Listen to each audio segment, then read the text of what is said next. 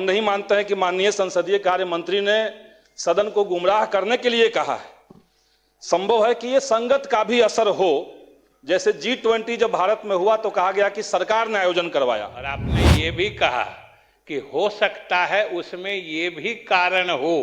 आप अभी बोले हैं, अभी प्रोसीडिंग देख लीजिएगा, आपने जो बोला है अभी प्रोसीडिंग देख लीजिएगा। और जब आपके भी दिल में है कि हो सकता है ये भी कारण हो, तो मैंने तो उतना ही कहा था। कल हमने जब कहा था तो माननीय मंत्री जी ने कहा कि ऑनगोइंग स्कीम के ऊपर ये नहीं होता है, पहले से कोई स्कीम होता है तो नहीं होता है। आचार संहिता का वो पैसा बांटने वाला सिस्टम खत्म नहीं होता है। क्या बिहार विधानसभा चुनाव से पहले महिलाओं को 10,000 नहीं देना चाहिए था? क्या इलेक्शन कमीशन ने इसकी अनुमति दे करके या फिर इस पर सख्त कार्रवाई नहीं करके कोई भूल चूक या फिर गलती कर दी है? ऐसा हम नहीं बल्कि माले के विधायक पालीगंज से संदीप सौरभ का कहना है।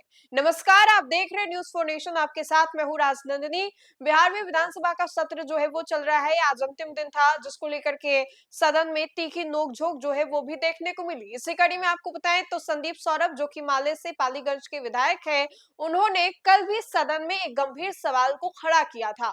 सवाल तो ये था कि बिहार विधानसभा चुनाव से पहले महिलाओं के खाते में 10,000 रुपए दिए गए, सरकार को इन सभी चीजों को रोकना चाहिए था, और अगर सरकार इन चीजों को नहीं रोक पाई तो इलेक्शन कमीशन को इन सभी चीजों के ऊपर बड़ा एक्शन लेना चाहिए था।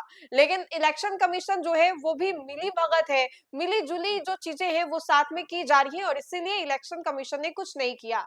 इसी कड़ी में विजय चौधरी और संदीप सौरभ के बीच में तीखी नोकझोंक जो है वो हो जाती है। संदीप सौरभ और विजय चौधरी, जो कि मुख्यमंत्री नीतीश कुमार के सबसे करीबी नेताओं में से एक शुमार है, उनकी बहस संदीप सौरभ से हो जाती है। कल तो इस बात को लेकर के संदीप सौरभ ने घेरा ही घेरा, लेकिन आज दोबारा से सदन में दोनों के बीच में तीखी नोकझोंक जो है वो देखने को मिली, और आज एक बार फिर से दोनों के बीच में तीखी नोकझोंक जो है वो हो गए, और आज विजय चौधरी ने संदीप सौरभ को जवाब भी दिया है। क्या कुछ कह रहे हैं संदीप सौरभ, कैसे दोनों के बीच में नोकझोंक हो रही है, किन बातों को लेकर के हो रही है, हम आपको छोड़े जाते हैं इन पूरे वीडियो के साथ। 1 मिनट बोलना है। एक बात कहना चाहेंगे, कल सदन में सरकार की तरफ से कहा गया कि मुख्य चुनाव आयुक्त ज्ञानेश कुमार की निष्पक्षता और कुशलता के चलते, उनके बेहतर चुनाव संचालन के चलते अंतर्राष्ट्रीय स्तर पर चुनाव की जो कमेटी है, चुनाव से संबंधित कमेटी, उसका चेयरपर्सन बनाया गया।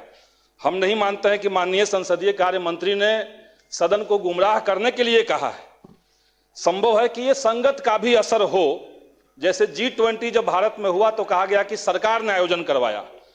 हम कहेंगे महोदय कि ये सिंपल एक प्रैक्टिस है, एक रोटेशन के तहत 2026 में भारत को मिलना था, ठीक वैसे ही जैसे आगे चल करके 2033 में वो किसी और देश को मिलना है, ट्यूनीशिया को मिलना है, वो अभी से तय है। तो सदन को गुमराह न किया जाए। दूसरी बात हम कहेंगे महोदय कि कल हमने जब कहा था तो माननीय मंत्री जी ने कहा कि ऑनगोइंग स्कीम के ऊपर ये नहीं होता है, पहले से कोई स्कीम होता है तो नहीं होता है। आचार संहिता का वो पैसा बांटने वाला सिस्टम खत्म नहीं होता है। लेकिन तमिलनाडु, आंध्र प्रदेश और तेलंगाना में पहले के स्कीम को रोके गए हैं महोदय। सदस्य तो सदन को गुमराह न किया जाए, ये हम कहेंगे महोदय। श्री अजय हम कुमार लोग के पास कम समय है, थोड़ा संरक्षण दिया जाए महोदय। प्लीज बैठिए, समय समाप्त। आपको प्लीज बोला जाए। हम पॉइंट ऑफ क्लैरिफिकेशन पे, माननीय सदस्य ने कहा कि उनको इस कारण नहीं मिला है, और आपने ये भी कहा कि हो सकता है उसमें ये भी कारण हो। आप अभी बोले हैं, अभी प्रोसीडिंग देख लीजिएगा, आपने जो बोला है अभी प्रोसीडिंग देख लीजिएगा। और जब आपके भी दिल में है कि हो सकता है ये भी कारण हो, तो मैंने तो उतना ही कहा था। धन्यवाद।